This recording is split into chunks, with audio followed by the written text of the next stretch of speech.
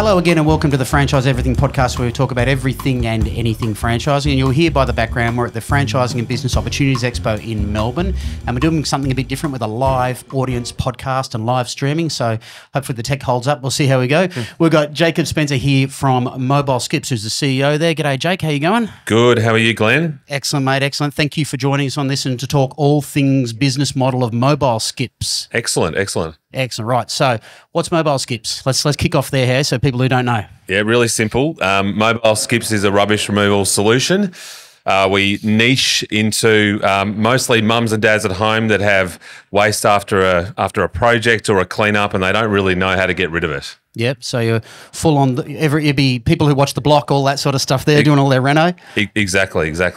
Our purpose is to make people happy. We love the service that we give, and we just happen to do it inside of the skip bin hire and rubbish removal industry. So what's different about your skip bin? So what's the mobile skip component to it from a normal skip bin? It's quite different to a normal bin. It's a skip bin on a trailer, so it's designed to work in and around your home. It's on wheels, so it won't damage your driveway. It's got lids that you can lock, so your not so nice neighbours or your cheeky neighbours won't fill it up overnight when you've got it sitting out the front. And because it's on a trailer, it's a registered vehicle, so it doesn't need any of these hard-to-get permits that the old-fashioned bins need when you leave them out on the street. Excellent. So you pride yourself. We've done a little bit of content over the years, haven't we? Yeah. We've done a little bit of bits and pieces here and there, and I know you still do. You pride yourself on being a business that's simple to run, simple to operate, easy to run. Talk us through how you put it together and how you construct it as a franchise business for prospects. Sure. Well, a lot of these things come from other research and other businesses. A great book of mine, or not of mine, that I love. You wish you did. I wish it was mine. Is a book called Uncommon Service by Francis Fry. So anyone wants to read it, recommendation from me. But in that book, it's some really great lessons about keeping your business very narrow and just focusing on the area that you want to service. And that's what we've done. Yep. So we're not like a conventional skip bin company where we've got every different size of bin. We literally just have one product. And because we have one product and it's on a trailer, we can design the model so it's really easy for our franchisees to give great service. We've got a really robust, easy-to-use booking system in the background that we've spent a long time developing, which means when customers book with us, they can guarantee that they'll get delivered within 3 hours, sometimes if they want it, and it's very easy for the franchisee to fulfill those jobs. So you've always been pretty innovative as well, haven't you? So I remember pretty much early on. Have they caught up with you yet with all the mobile skip type of stuff there on trailers and everything there? You were one of the early ones doing all of that sort of stuff, weren't you? We invented the term. We've got all the trademarks for that as well, but there's still quite a few other copycats that are running around. But the difficulty is developing the system that allows you to do the deliveries. Like our system is just a piece of software on a phone that our franchisee uses. Yep. All the jobs go in it. The system. The whole system. It's ours that we've developed because nothing existed because our business model didn't exist. So we've spent the last 8 years building that system so it's really easy to use.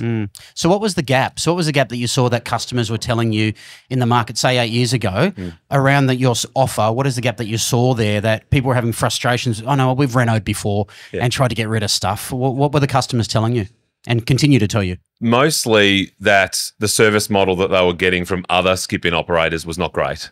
Yeah. And it's not their fault. They're designed to service huge, big construction jobs. So they're really big trucks with truck drivers that deliver the bins in places they're used to do them. They're not used to dealing with our types of customers. Yeah. So, they'll drive over the top of your driveway. They'll completely wreck it. They'll probably drive over your nana's roses and do everything else like that. They'll put it wherever they want and they'll drive off. Whereas our model's about doing what the customer needs, putting it where they need it, giving them some good service, turning up in a uniform.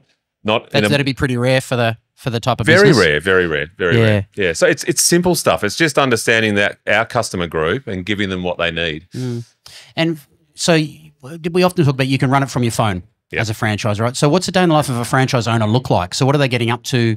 So are they full-time and how does it work in your business? Yeah, sure. Most of their day is front-loaded. So most of our pickups and deliveries are in the morning. Yep. Most customers want the skip bin delivered 7 till 10 is our first delivery time slot. So they'll be doing pickups and deliveries. So they'll either be dropping off trailers They'll be picking up trailers from jobs that have been finished, always an interaction with the customer as well, or they'll be replenishing one of their Bunnings stores. So we've got a great partnership with Bunnings around Australia where we're their exclusive rubbish removal partner, where we've got our trailers parked out in front of 180 Bunnings stores at the moment. Great positioning for it, an authority for you. Yeah, it's really good. I mean, they're now Australia's most trusted brand, second to only Woolworths, and they're really well aligned to our model as well. We both believe in customer experience as number one, and so we're incredibly aligned in giving the customers what they want. Yeah.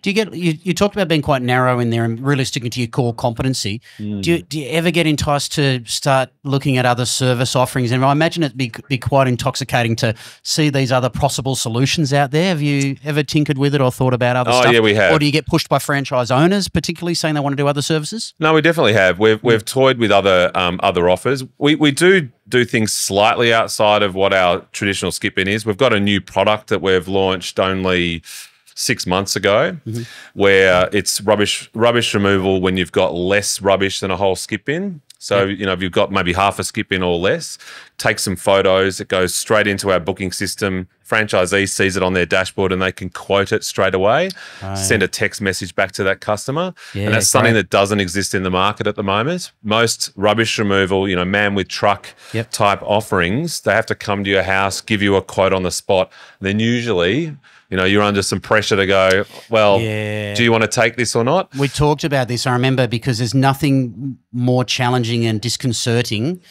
you know, to be honest, have a tradesperson type person in the house saying, well, you're taking it or not. Exactly. Are we doing the deal or what? I'm here. We're going to do it. It can be very off-putting. It can. I mean, and particularly, you know, there might be two of them there. Two people might turn up, might be you by yourself in your house. It can be a little too challenging. So the way our model works is if you've got the rubbish that's been piling up in your garage or, you know, in your shed, and you can just take a couple of photos, you can put it straight through with a little bit of information, like you might leave it out on the verge or the nature strip. A franchisee within 10 minutes will give you a quote and say they'll be able to collect it in 2 hours or the next day. It's very agile, isn't it? Super easy. Yeah. And it's designed mostly for when you might be in between skip bins. You might not have 4 cubic meters of waste. You might just have a couple of things you just need gone. And so that franchise partner, for example, so they might have picked up potentially they could have picked up a bin that was half full, or they've got a spare one there and they can come and grab it and do it that way. Exactly. Is that how it works? Yeah. So it's excess capacity, basically. It is. Yeah. It's giving our customers different ways in which they can use this, but keeping the operations model for the franchisee very narrow and easy to do. So how does it work? How does the partnership with Bunnings work? So a customer goes into Bunnings. Do they book it through Bunnings or do they book it online through the website? And how does that work? They can do both. Yeah, so you can go into Bunnings. So our trailers will be sitting out the front of Bunnings. You can go into Bunnings and hire one directly from Bunnings and then tow it away, fill it up, and then we'll come and collect it from you, which works perfectly. So if it's Sunday afternoon where our franchisees aren't working and you're like, I've got to clean up my garden, or I've got this job that I forgot to do, you can go down to Bunnings and hitch it up, tow it home, and then we'll pick it up. Or you can jump on the Bunnings website. If any customers that are shopping on the Bunnings website that might not have found our website, they can book online through Bunnings too. So what's a typical franchise owner look like? So what type of person are you finding? I bet you, how many have you got now? You've got a fair cross-section. We've got 20 now, 20 franchise territories. Yeah, and we do have a fair cross-section. A typical franchisee is somebody who loves speaking with people. A big part of the job is customer interaction. Usually it's somebody who's had a job or has been in a trade. We've got and looking to make a change in their life. That's not that huge step into business ownership by yourself, which is a big leap and a lot, and quite scary, particularly if you were to start a business like this by yourself. And so as an independent. Yeah, as an independent. Yeah. So, our model offers, we've got all the services and all the lessons learned from things like operating systems and digital marketing and websites and building trailers. And attracting customers. Attracting customers and then how to operate profitably too. So we're looking for franchisees that are that have been in a trade is typical, where they've been working hard and physically their body might be in a place where they're like, I can't do this the rest of my life, but they're comfortable and working. Their mindset is there as well. Their isn't it? mindset's there as well, Yeah. and they're comfortable in and around the trades that we service too. Yeah, I can imagine.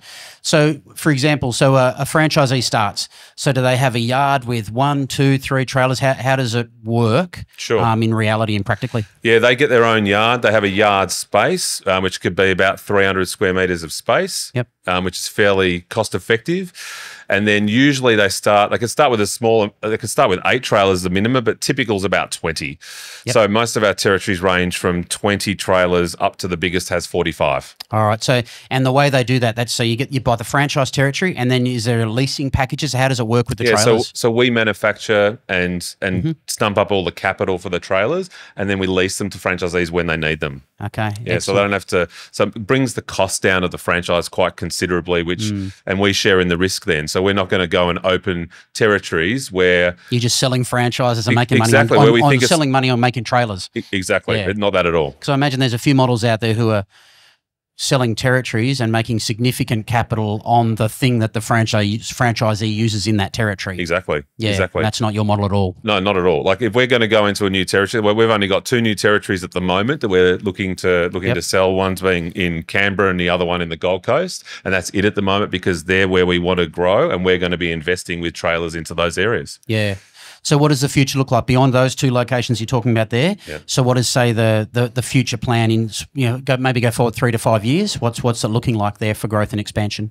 For 3 to 5 years is almost doubling our franchise territory through expanding the existing areas that we've got. So how we start is we give larger areas, and then as franchise territories grow, they then sell parts of their territories and create new ones. Excellent. And then create new ones. Yeah. It's very efficient, isn't it? Because you've already created the brand in there, you've grown the brand awareness and everything. Exactly, and it's easy for those franchisees to sell them on as well. Excellent. All right. Great, Jake. Thanks for telling us more about the Mobile Skips business, and no doubt we'll create more stuff together over the coming time. Thanks, mate. You're welcome. Hope you enjoyed that Franchise Everything podcast, something a little different, talking about mobile skips, all different types of businesses on offer here. If you like this type of content, please share, like, subscribe, do all that sort of stuff. Get it out there so more people can see who are interested in getting to business for themselves. Catch you in the next one soon.